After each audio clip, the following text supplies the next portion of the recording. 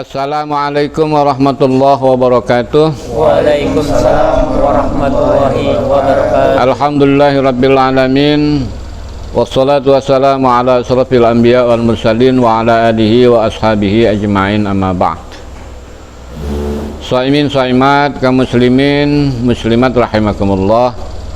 Semoga dalam menjalani puasa senantiasa dalam ridha Allah Subhanahu wa taala. Syukur alhamdulillah atas karunia dan nikmat yang telah terlimpahkan pada kita. Semoga ini akan memperkuat keimanan dan ketakwaan kita kepada Allah, terutama dengan menjalani ibadah Ramadan. Salawat dan salam semoga senantiasa tercurahkan pada junjungan kita Nabi Muhammad sallallahu alaihi wasallam. Syahrul Ramadan, syahrul tarbiyah. Kita sudah bahas pertama tarbiyatul ruhaniyah, kemudian yang kedua tarbiyatul jasadiyah, dan kita akan membahas saat ini yang ketiga adalah tarbiyatul ijtimaiyati. Tarbiyatul ijtimaiyah itu adalah pendidikan pembinaan bagaimana kita selalu menjaga hubungan antar sesama muslim, sesama keluarga, sesama manusia, bahkan sesama makhluk. Allah Subhanahu wa ta'ala itu menyembunyikan tentang konsep bagaimana hubungan antar kita dalam ikatan-ikatan saling memberikan kepentingan masing-masing, saling menjaminkan antar satu dengan yang lain di dalam firman Allah Subhanahu wa ta'ala surat An-Nisa. A'udzubillahi minasyaitonirrajim. Bismillahirrahmanirrahim. Ya ayyuhan nasu taqu rabbakumul ladzi khalaqakum min nafsin wahidah wa khalaqa minha zawjaha wa basta minhuma rijalan katsiran wa nisaa'a wattaqullaha alladzi tasaaluna bihi wal arham. Al-ayah. Ayat ini Allah pertama bercerita tentang bagaimana awal mula kita diciptakan dalam kesendirian. Kemudian Allah menciptakan bagi kita pasangan, yaitu istri bagi laki-laki, laki-laki bagi perempuan. Jadi adanya laki dan perempuan ini sebagai sistem yang Allah ciptakan demi keberlangsungan kehidupan manusia berevolusi, artinya berketurunan. Nah, memang begitu Allah menciptakan kita. Allah ciptakan kita dari tanah liat, kan? Segumpal tanah liat, min salsalim min hamaim masnun. Tanah liat itu dari lumpur yang hitam pekat. Nah, kenapa Allah kok menciptakan dari tanah liat? Padahal Allah itu bisa menciptakan dari kopi, bisa, dari teh bisa, dari makanan, dari opor ayam bisa, dari buah-buahan, apel, jeruk, anggur bisa, duren bisa. Tapi Allah sengaja menciptakan kita dari tanah liat. Hikmahnya adalah agar kita menyadari bahwa dengan kekuasaan Allah, dengan kasih sayang Allah, segumpal tanah menjadi makhluk yang mulia. Itu sebenarnya yang ingin dikhabarkan, ingin diberitahukan oleh Allah kepada kita.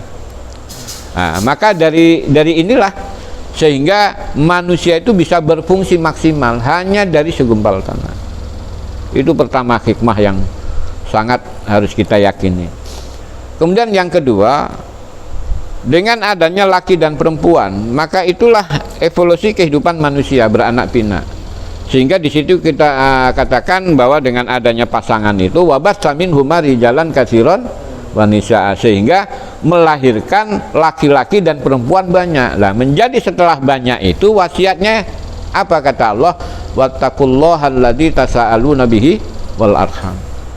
Bertakwalah engkau kepada Allah dan saling memberilah antar sekalian karena Allah, dan hubungkanlah kalian, berhubunganlah kalian secara kasih sayang. Maka di situ wattaqullaha alladzi tasaaluna bihi wal arham. Ibnu Abbas radhiyallahu an itu menerjemahkan atau menafsirkan kalimat ini,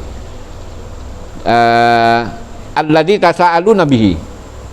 Itu tasaalun itu tatasaaluna bainakum billah wa tansyuduna bainakum billah. Maksudnya apa?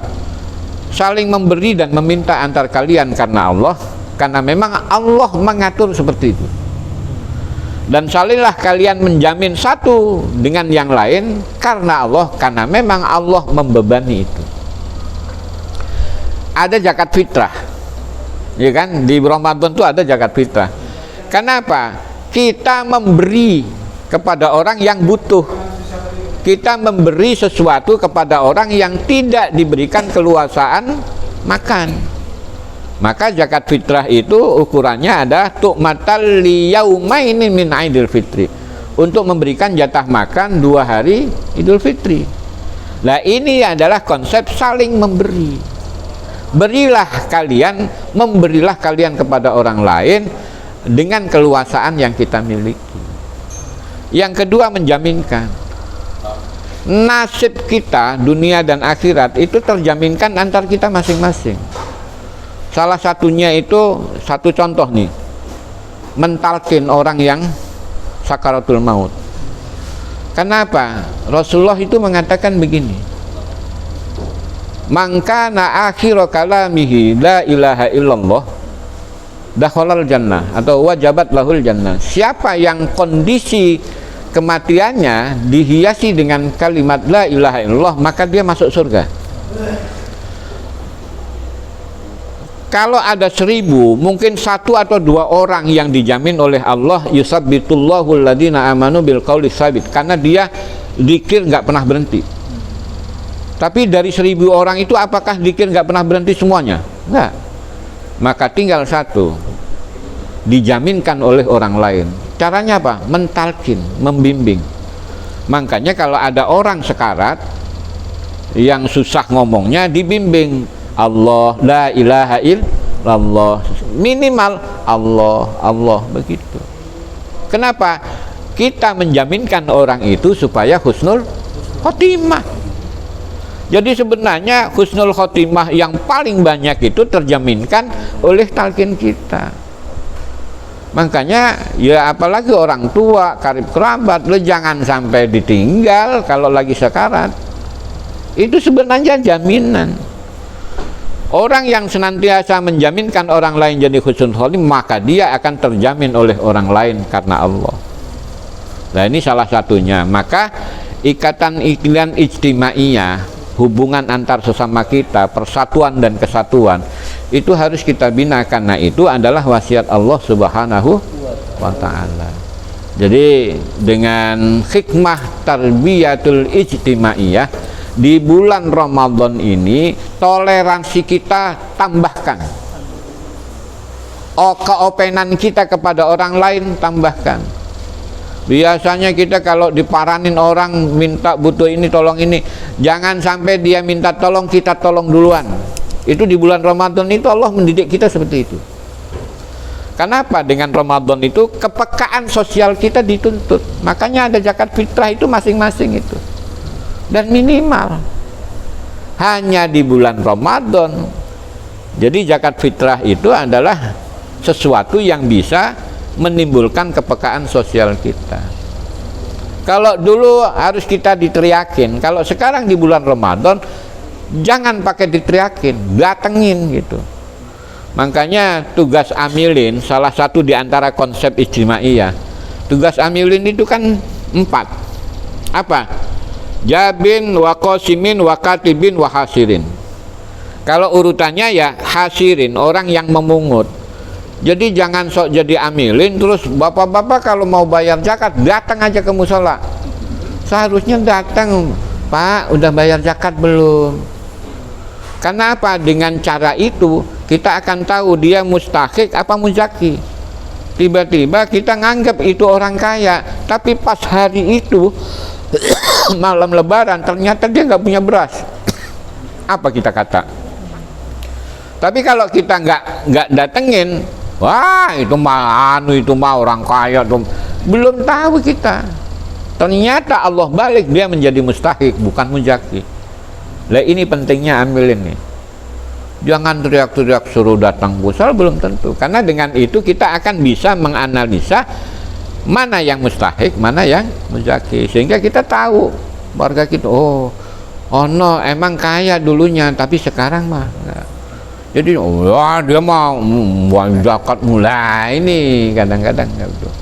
Nah kemudian setelah dikumpulkan, ya setelah dipungut, dikumpulkan jabin namanya, mengumpulkan. Waqasimin membagi-bagi, wakatibin mencatat. Nah, maka ini sebagai simbol keijtimaian, amil itu lebih peka sosialnya bagi masyarakatnya, yaitu tahu mana yang harus bayar zakat dan tahu siapa yang diberikan zakat. Ini mohon maaf, kadang-kadang amilin mah ngandelin RT lah. RT kalau pas ngantuk ngedata orang kan susah. Nah, inilah hikmahnya. Nah kembali kepada tarbiyatul ijtimaiyah, itu adalah bagaimana Ramadan ini mendorong kita, memotivasi kita agar selalu tumbuh sifat sosial kita kepada sesama kita. Artinya mengacu kepada apa yang difirmankan Allah, fattaqullaha alladzi tasaaluna bihi wal arham. Kamu saling memberi dan meminta. Kadang kita harus memberi dulu, kadang-kadang kita meminta kebutuhan. Kalau kita lagi kerepotan, minta tolong ke siapa? Tetangga kita. Makanya kita harus open. Ada pertanyaan? Ada? Pak Ustadz Adu? Ya, saya bertanya terkait ijtimainya di dalam sholat ya. Di awal-awal Ramadan mungkin ya, awam itu baik orang ahli ibadah ataupun awam sudah mulai satu menjadi banyak, dan saya masih musola ramai di awal-awal. Lagi kemudian yang jadi rendah di saat akhir itu kaitannya dengan ijtimaiyah. Oh iya. Nah, ini contoh. Kalau barisan sholat, sop sholat sudah mulai ada kemajuan, maksudnya kemajuan ke depan. Maka sifat sosial kita, sifat ijtima kita, ngapa mundur? Ayo terus, ajak terus. Makanya paranin ajak. Emang kenapa? Aduh, saya kemarin kagak sholat tarawih, habis kerja udah bingung buat bayar zakat. Apa yang bisa kita bantu? Akhirnya disitulah kepekaan sosial kita akan tumbuh di situ. Jadi kita tahu, ngerasa gitu loh, ngerasa. Maka dari itu penting bagi kita untuk menumbuhkan sifat ijtimaiyah itu, yaitu kepekaan sosial kita. Maka salah satunya adalah ketika kita melihat saudara-saudara kita udah nggak ada di barisan sop, wah mungkin bisa kita paranin, kita telepon, kita WA. Itulah kepekaan sosial awal. Iya canda deh, ngapain deh? Udah mundur baik, udah sini kopi beres begitu. Itu kepekaan sosial kan enteng sebenarnya ya. Kita mulai dari yang sederhana. Oke, saya kira demikian. Mohon maaf, mudah-mudahan ini manfaat bagi kita. Amin. Sehingga dengan Ramadan kita benar-benar tumbuh kepekaan sosial kita.